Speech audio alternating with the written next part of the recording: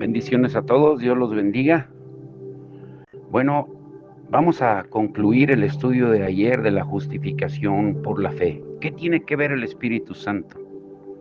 Ahora, todo lo que vimos ayer es suficiente para mostrar que esta es la enseñanza esencial con respecto a la justicia. Ahora, debemos dejarlo más afianzado, mostrando muy brevemente las diferencias entre la justificación y la santificación, que muchas veces se confunden. Miremoslo de esta forma. Como hemos visto, la justificación es un acto de Dios el Padre. La santificación es esencialmente la obra de Dios, el Espíritu Santo. Recuerden que el único que puede producir la santidad es el Espíritu Santo. Por eso se le llama Espíritu Santo. Y como podemos recordar, existe una división de la obra entre las personas de la Santísima Trinidad.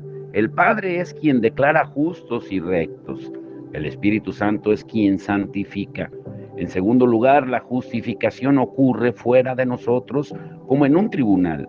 La santificación sucede dentro de nosotros, en nuestra vida interior. Estoy en el tribunal cuando se me justifica y el juez pronuncia que soy libre. Es una afirmación con respecto a mí, fuera de mí, pero la santificación es algo que se desarrolla en mi interior. En tercer lugar, la justificación elimina la culpa del pecado. La santificación elimina la contaminación del pecado y nos renueva a imagen de Dios. Y en último lugar, la justificación es, por definición, un acto definitivo. No se repite jamás, porque no se puede repetir y jamás necesita repetirse. No es un proceso, sino una declaración en que Dios nos declara justos de una vez por todas. Por otro lado, la santificación es un proceso continuo. Continuamos creciendo en la gracia y el conocimiento del Señor hasta que muramos. Así pues, no existe nada tan erróneo ni antibíblico ni que provoque tanta confusión como confundir la diferencia esencial entre justificación y santificación. Y como ya hemos estudiado, en eso consiste el problema de la enseñanza católica romana y de toda la devoción católica. Fue lo que mantuvo a Lutero encadenado, y una vez que lo vio y supo que era libre y justo ante Dios, comenzó a regocijarse y a gloriarse. Y esa es la esencia de la postura protestante evangélica. Más aún, por supuesto, condujo a su vez, como vimos en el estudio de ayer, a la seguridad de salvación de Lutero. Pero si confundimos santificación con justificación, tendremos dudas de si estamos justificados o no. Si introducimos nuestro estado o condición y el pecado que podamos cometer, estaremos cuestionando nuestra justificación. Pero si comprendemos que la justificación es forense, externa y declaratoria, sabremos que estamos justificados, no importa lo que seamos. Ahora, la pregunta es esta: ¿cómo sucede entonces la justificación? La respuesta, por supuesto, es que se trata totalmente de un acto de Dios. Es algo que Él y solamente Él hace. La Biblia se cuida mucho de expresarlo negativamente al decir, no por obras. Pablo repite en Romanos 4:5, mas al que no obra, sino cree en aquel que justifica al impío, su fe le es contada por justicia. No hacemos nada en nuestra justificación. Es la declaración que Dios hace sobre nosotros. La conocemos y la recibimos por fe. Ahora bien, aquí llegamos a un punto crucial. ¿A qué nos referimos cuando decimos que se nos justifica por la fe sola? ¿Cuál es la relación entre fe y justificación?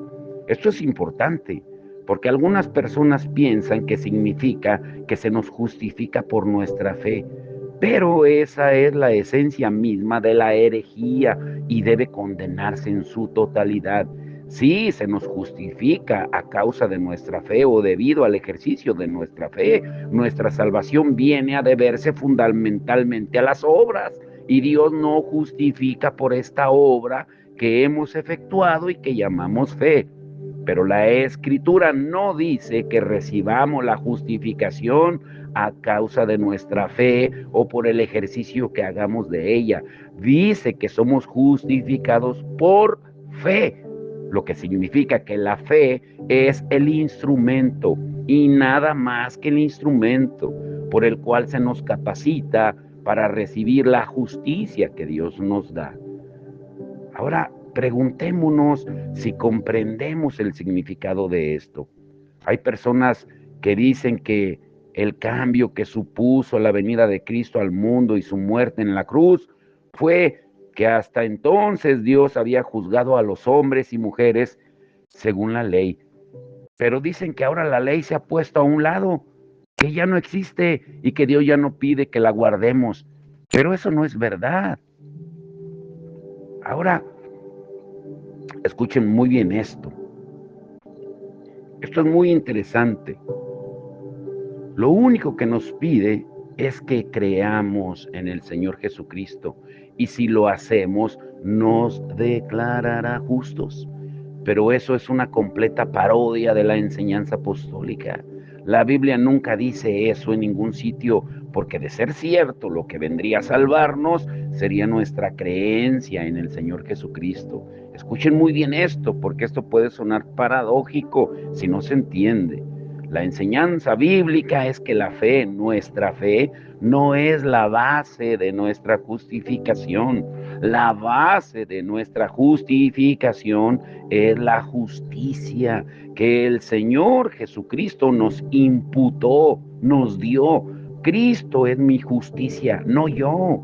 No es mi creencia en Él lo que me salva, es Él quien me salva. Y podemos ver el sutil peligro de considerar la fe como la base de la salvación. ¿Sí lo pueden notar?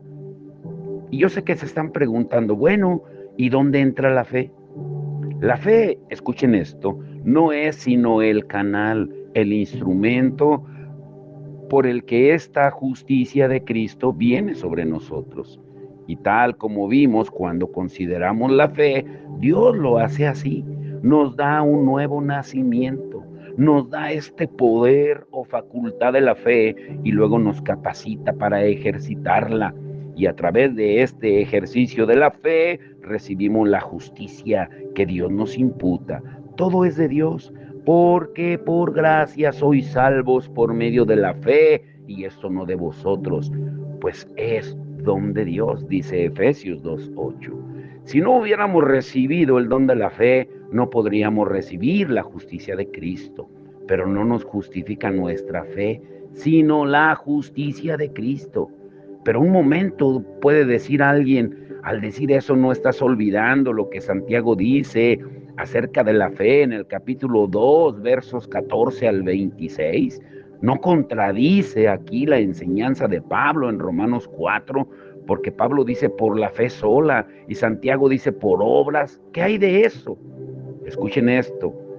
La respuesta es que en ese momento ni a Pablo ni a Santiago les preocupaba la justificación como tal. Simplemente están tratando el carácter de la fe, están argumentando contra distintos tipos de personas.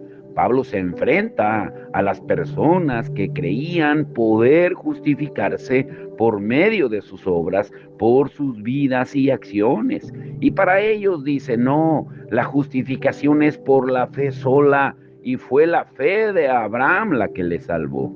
Pero Santiago está hablando acerca de las personas que, como algunos hoy en día, estaban diciendo, mientras crea en el Señor Jesucristo y sea salvo, pues en realidad no importa lo que haga.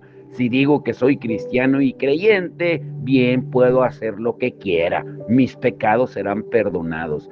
Pero claro que no, en absoluto, dice Santiago. Y luego procede a mostrar que la fe salvadora, la fe merecedora de llamarse fe, es una fe que incluye la obediencia, incluye la acción. Y dice en el verso 26, Santiago 2:26, porque como el cuerpo sin espíritu está muerto, así también la fe sin obras está muerta. No sirve de nada hablar de la fe y de ser justificados por la fe, viene a decir Santiago, si no se tiene una fe verdadera. Y la manera de comprobar si nuestra fe es verdadera o no es preguntándose si conduce a ciertas cosas en nuestra vida. Y es entonces que Pablo está diciendo exactamente lo mismo. La fe de Pablo no era una especie de fe muerta, era muy activa, se mostraba y demostraba a sí misma. Y ciertamente en Romanos 6, Pablo está hablando de lo mismo que Santiago. ¿Qué pues? ¿Pecaremos porque no estamos bajo la ley, sino bajo la gracia? En el versículo 15. En realidad todo ese capítulo corre paralelo a Santiago 2. Pablo y Santiago están considerando dos problemas distintos y están corrigiendo dos tipos concretos de error. Pero, como ya hemos visto, lo importante es que comprendamos que nuestra fe no constituye nuestra justicia. Dios no nos mira y dice que puesto que creemos lo va a contar como justicia. En absoluto. Lo que dice es esto: daré la justicia de mi Hijo Jesucristo, que guardó la ley perfectamente por ustedes y que murió por sus pecados.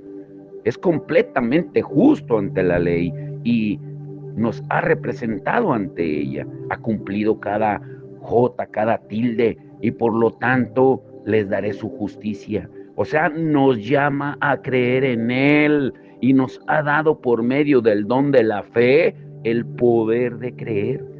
Y es entonces que miramos a Cristo, no a nosotros mismos, no a nuestra fe, no a nuestra justicia, sino que está totalmente en el Señor Jesucristo esa justicia.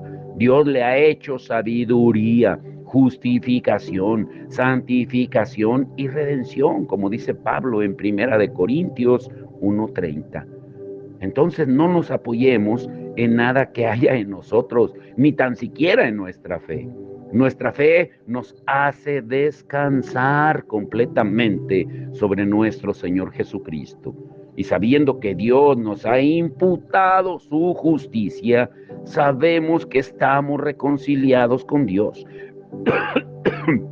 Perdón, creemos en su declaración, nuestra fe lo acepta y Él ha de poner a nuestra cuenta el perfecto, inmaculado y puro manto de justicia de su amado Hijo. Esa es la doctrina bíblica de la justificación por la fe sola. Ahora escuchen esto. Y esto es hermoso. El título de hoy es La adopción por medio del Espíritu Santo. En el estudio de ayer y la conclusión de hoy, vimos cómo la gran doctrina de la fe fue el grito de guerra de la Reforma, la justificación por la fe. Y sigue siendo en muchos sentidos la doctrina más importante y vital que necesitamos comprender y asimilar. Pero ahora llegamos a la consideración de algunas de las cosas a las que conduce la justificación. Y entre ellas se encuentra, esto es hermoso, la doctrina bíblica de la adopción. Ahora, no debemos detenernos en esto, pero sí, por favor, les ruego que consideremos de nuevo el orden de las doctrinas que hemos estado estudiando y advirtamos que la doctrina de la adopción viene en este momento en concreto. Nuevamente tenemos aquí un aspecto sumamente glorioso y que es de gran ánimo y consolación para el creyente. Y sin embargo, una vez más, por alguna razón inexplicable, es una doctrina sobre la que raramente oímos hablar. ¿Con qué frecuencia hemos oído conferencias o sermones sobre ella? ¿A qué se debe que aún entre evangélicos abandonemos ciertamente y no seamos conscientes de algunas de las doctrinas más reconfortantes y estimulantes que se puedan encontrar en las Escrituras? Acerquémonos a esa doctrina considerando en primer lugar los pasajes bíblicos donde se menciona el término. Vayamos primero a Romanos 9:4, donde leemos las siguientes palabras, que son israelitas, de los cuales son la adopción, la gloria, el pacto, la promulgación de la ley, el culto y las promesas. El apóstol se está refiriendo aquí a sus parientes según la carne, los judíos, los israelitas. Pero más adelante muestra, en una cita en particular, lo que procede en Romanos 8:15. Dice, pues no habéis recibido el espíritu de esclavitud para estar otra vez en temor, dice Pablo, sino que habéis recibido el espíritu de adopción, por el cual clamamos a Abba Padre, en Romanos 8:22 y 23. Y de ese mismo capítulo, Pablo utiliza el término de nuevo cuando habla del día que habrá de venir. Dice que toda la creación gime a una y aún está a dolores de parto hasta ahora. Y no solo ella, sino que también nosotros mismos que tenemos las primicias del Espíritu. Nosotros también gemimos dentro de nosotros mismos, esperando la adopción, la redención de nuestro cuerpo. Y luego lo encontramos la vez siguiente en Gálatas 4:4-5, donde Pablo está hablando acerca de cómo cuando vino el cumplimiento del tiempo, Dios envió a su Hijo nacido de mujer y nacido bajo la ley. Por esta razón, para que redimiese a los que estaban bajo la ley, a fin de que recibiésemos la adopción de hijos. Y hay otra referencia a ello en Efesios 1:5, habiéndonos predestinado para ser adoptados hijos suyos por medio de Jesucristo, según el puro afecto de su voluntad. Esas entonces son nuestras escrituras, y nos incumbe ahora descubrir qué es lo que significan exactamente y qué representa este término de adopción.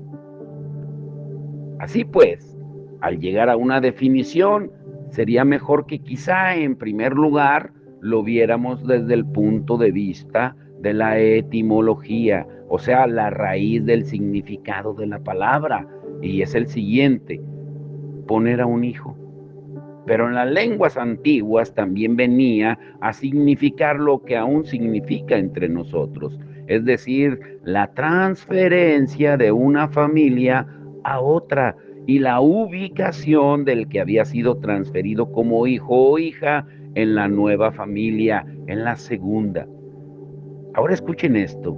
Si ese es el significado principal y fundamental del término, eso nos lleva de inmediato a la consideración del término hijo y especialmente del significado del término tal como se utiliza en la Escritura. Al recorrer la Escritura, hallaremos que hijo se utiliza de las siguientes formas. En singular, se refiere invariablemente al Señor Jesucristo y solo a Él. Él es el Hijo. A veces hay referencias a Él, aún sin el artículo masculino como hijo en ese sentido. Él está en solitario como el Hijo de Dios, el unigénito. El término se utiliza asimismo en plural para los ángeles y uno puede elegir de la forma en que se utiliza y del contexto en que se hace, y se debe a que los ángeles son las criaturas favorecidas de Dios, y debido a que en cuanto a inteligencia y ciertos otros aspectos son como Dios mismo. El término se aplica a los ángeles de esta manera en Job, los capítulos 1 y capítulo 6. En tercer lugar, hay una utilización muy interesante de este término de hijos en el Salmo 82:6, donde se aplica a las autoridades humanas. Salmo 82:6 dice: yo dije, vosotros sois dioses y todos vosotros hijos del Altísimo. Esa es una afirmación muy importante, porque como podremos recordar en Juan 10:34, nuestro propio Señor la citó cuando ciertas personas opusieron objeciones a su afirmación de ser el Hijo de Dios. Claramente significa que los gobernantes son hijos de Dios en el sentido de que Dios ha delegado en ellos su autoridad y que por lo tanto en el ejercicio de sus funciones de gobierno están haciendo algo que Dios mismo hace. El cuarto uso de este término se refiere a los hombres y las mujeres como sujetos de la adopción divina. Y aquí debemos establecer una división entre adopción general y especial. En la afirmación de Romanos 9:4, Pablo se está refiriendo a la nación de Israel, pero en los versículos 2 al 4 dice: tengo gran tristeza y continuo dolor en mi corazón, porque desearía yo mismo ser anatema, separado de Cristo, por amor a mis hermanos, los que son mis parientes según la carne, que son israelitas, de los cuales son la adopción. En un sentido, esa es una referencia a Éxodo 4:22, donde Dios se dirige a la nación de Israel y le dice que la está adoptando como su hijo. La adopción, pues, es un término que se puede utilizar en general para la nación de Israel. Eran el pueblo especial de Dios. Ese es el motivo porque al hablar a través de Amós, Dios les dijo: solo a vosotros he escogido de todas las familias, las naciones de la tierra. Y por supuesto que conocía a todas las demás naciones, pero tenía un interés especial en Israel como nación. Eran el Hijo de Dios. Pero la utilización especial de este término era espiritual, y esa es nuestra principal preocupación. La adopción que hace Dios de ciertas personas en un sentido espiritual. Ahora, aquí hay dos puntos que debemos de tratar. Pongan atención. No lo haremos tanto porque sean esenciales para la exposición, sino debido a que muchas veces se ofrecen como argumentos y provocan confusión que se torna esencial considerarlos. Por ejemplo, hay quienes dicen que las escrituras nos enseñan que todos los hombres y mujeres son hijos de Dios. Y tales personas creen en lo que denominan como la paternidad universal de Dios y la hermandad universal de todos los hombres, y afirman que los pasajes que apoyan su postura son los siguientes. Por ejemplo, una afirmación en Hechos 17:24 al 29, donde el apóstol Pablo, hablando en Atenas, utiliza la frase: porque linaje suyo somos.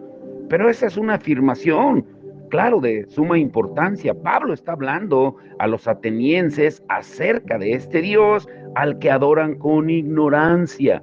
Lo llamaban el Dios no conocido. ¿Y qué es lo que dice Pablo? Exactamente.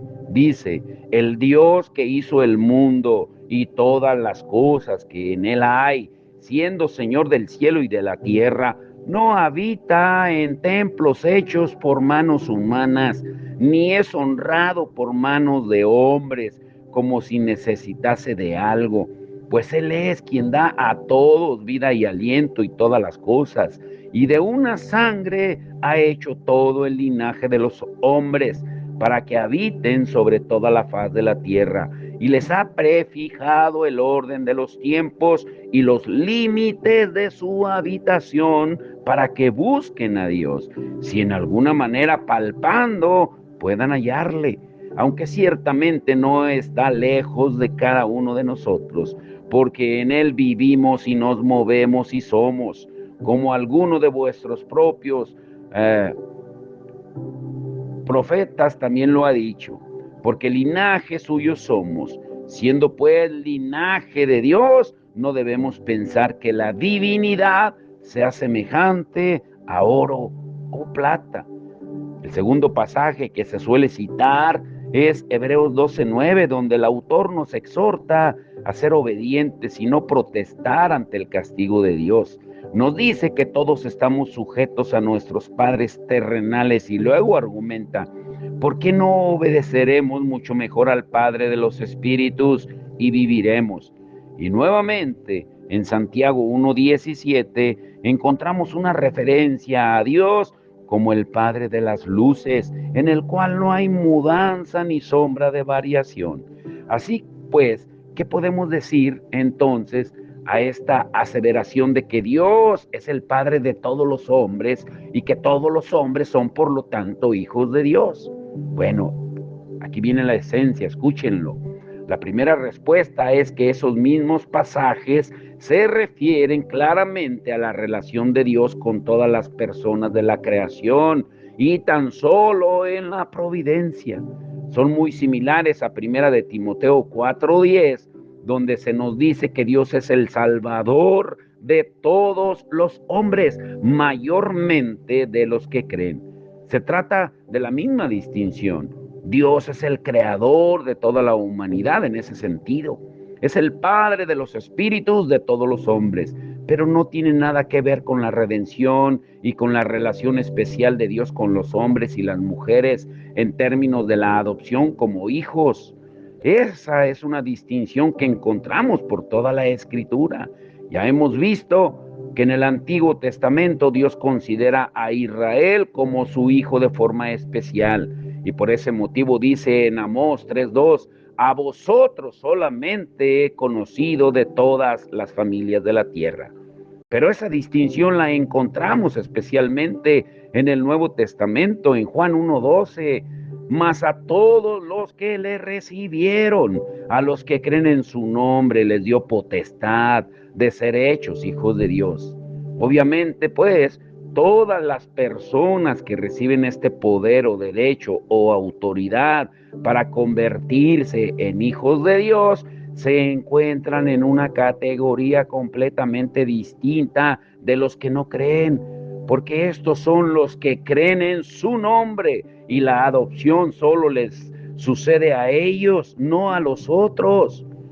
Veamos, por ejemplo, también Romanos 8:15, pues no habéis recibido el espíritu de esclavitud para estar otra vez en temor, sino que habéis recibido el espíritu de adopción, por el cual clamamos, Abba, Padre. Te pregunto, ¿a quién está escribiendo Pablo? Solamente a los cristianos, solo a los creyentes. Él no está escribiendo una carta general al mundo, sino una carta específica a aquellos que creen en el Señor Jesucristo, que están en Cristo y tienen el Espíritu de Cristo, como él mismo lo dice en Romanos 8:9. Nuestro Señor lo expresa así a los judíos incrédulos que habían dicho que todos eran hijos de Dios. En Juan 8:42. Si vuestro Padre fuese Dios, dijo, ciertamente me amarías. Y luego fue aún más específico y dijo en Juan 8:42, ustedes son de su padre el diablo y los deseos de su padre quieren hacer. Y ese versículo ciertamente aislado es más que suficiente para demostrar el argumento de que no todos los hombres y las mujeres son hijos de Dios en ese sentido especial. Nuestro Señor mismo establece esa distinción precisa. Y el apóstol Pablo, en la epístola a la carta a los Efesios, dice que todos somos por naturaleza hijos de ira, lo mismo que los demás en Efesios 2:3. Y solo se convierten en hijos de Dios aquellos que han sido vivificados con Cristo por medio del Espíritu Santo. Ahora te quiero dejar con esto. Podríamos aducir o leer otros pasajes que muestran exactamente lo mismo, pero estos que acabamos de ver son suficientes. Y ciertamente cualquiera de ellos es suficiente, porque hay una distinción precisa entre los hijos de Dios y los hijos de este mundo. Dice Primera de Juan 5:19, sabemos que somos de Dios, dice Juan, y el mundo entero está bajo el maligno. Es una distinción que encontramos en todas partes, de manera que debemos rechazar esta idea de la paternidad universal y de la hermandad universal del hombre. Y el segundo punto es toda la cuestión de la relación entre nuestra filiación y la filiación de nuestro Señor. Y esto nuevamente es de suma importancia. Al convertirnos en los hijos de Dios, no nos volvemos idénticos al Señor Jesucristo. Él es Dios hombre, Dios verdadero, de Dios verdadero y hombre perfecto, Dios perfecto, hombre perfecto. No nos hacemos dioses cuando nos convertimos en hijos de Dios, no nos convertimos en Dios en el sentido en que lo era nuestro Señor. Nuestro Señor mismo se cuidó mucho de recalcar esta distinción. Y tomemos por ejemplo lo que dijo al dar a los discípulos la oración modelo. Dijo: vosotros pues oraréis así, en Mateo 6:9. No se incluyó a sí mismo. Así es como nosotros hemos de orar: Padre nuestro. Él no se incluyó en esa oración. Él no oró esa oración en particular. Y te quiero dejar con esa pregunta: ¿por qué crees tú que no lo hizo? ¿Sí entendiste? ¿Por qué crees que no lo hizo? ¿Por qué crees que nos enseñó a orar esa oración modelo, pero él no se incluyó en esa oración modelo? ¿Lo habías pensado? Bueno, pues mañana lo entenderemos. Pero vamos a orar. Padre, en el nombre de Jesús, te damos toda la gloria, toda la honra, Señor. Gracias por enseñarnos que todo es a través de la fe, que es el canal, el conducto por el cual podemos, Señor, agradarte. Y la adopción también es una manera, un canal, un conducto de nuestra fe. Creer que somos adoptados como hijos tuyos a través del arrepentimiento, del recibirte como nuestro Señor y Salvador. Y esa adopción solamente puede venir a través del Espíritu Santo, porque es el que nos da esa certeza de que somos adoptados en la familia celestial, Señor. Y que nunca olvidemos, esto es duro de decir, pero es la realidad, que nuestra verdadera familia que nos acompañará por la eternidad no es la familia biológica, sino la familia espiritual. Los que hemos creído, nos hemos arrepentido de nuestra vida pasada, hemos nacido de nuevo y tenemos a tu Espíritu viviendo en nosotros, ese sello, esa marca que nos acompañará hasta la eternidad, porque tú lo prometiste que Él estaría con nosotros para siempre. Te damos toda la gloria y la honra en el nombre de Jesús. Amén y amén.